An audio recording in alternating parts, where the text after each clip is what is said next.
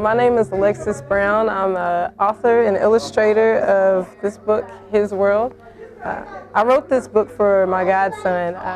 Since I can't be with him all the time, I just wanted something that would go along with him all the time, and this book felt like that thing. The books were selling so well that I decided to do a book reading, and it was huge. My niece had her art show. We did painting with the kids. They got to color in the world and put their handprint on the world. All the men grabbed the kid and helped them put their handprint on the world. That was the most touching part, because I'll do one for the girls, but right now this is for the men, and it just means a lot to me that men take the time out to read to the children in their life, not just their kids, but their cousins, their nephews, their nieces, just anybody that's around. It means a lot to have a positive male role model. So that's what this book reading did. And then my brother, he read the book for us. That was exciting.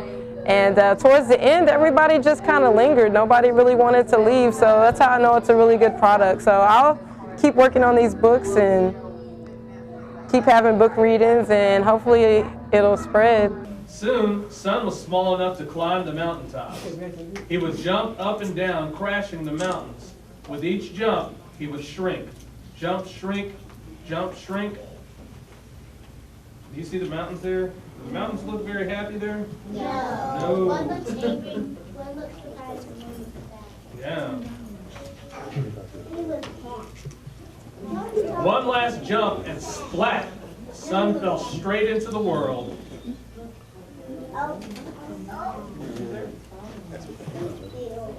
I knew Alexis just by way of her being active within the arts community, and then when I realized that she had a project that I could pick up and bring to reality, it was just a natural kind of partnership. But I think it's really important, even though you have a product, to always keep your product community-based, and to make sure that you're reaching out to people and understanding that even though you create a work, it is a commercial product, it is a product that's for sale, but at the end of the day, it's a product that has a message, it has a purpose, and you can never get away from the impact and the meaning of the work. Otherwise, it's just sheets of paper and some ink on paper. You know, Alexis actually had the illustrations done, I think maybe 5 years ago.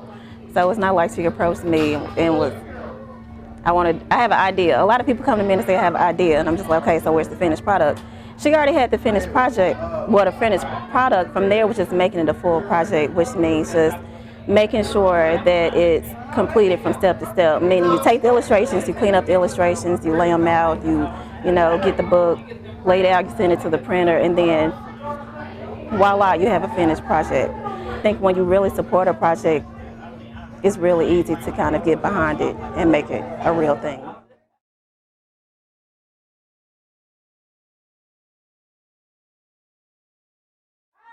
I wrote this book, and I just had started writing, and it just came into this story about this little boy who was just enjoying playing with the world.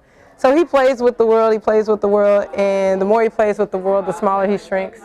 Towards the end, he just gets sucked into the world, and I just thought that ties so much into the situations that we deal with today, as far as just making bad decisions, not even knowing that these bad decisions are really affecting our future in a negative way. So I wrote this book for him so that he could realize what a bad decision was. Even though it looks like he's having fun and enjoying himself, it just might not be the best decision to make. So this is part one. I want to do part two, where he's helping the world, and then he'll be like Atlas holding up the world at the end. But right now, this is just the first part. I'm really proud of this book. I started this book about 6 years ago, and just now getting to a point where I can present it as a finished piece. While I was working on the book, I couldn't figure out how to self-publish. Everything was just really hard to understand.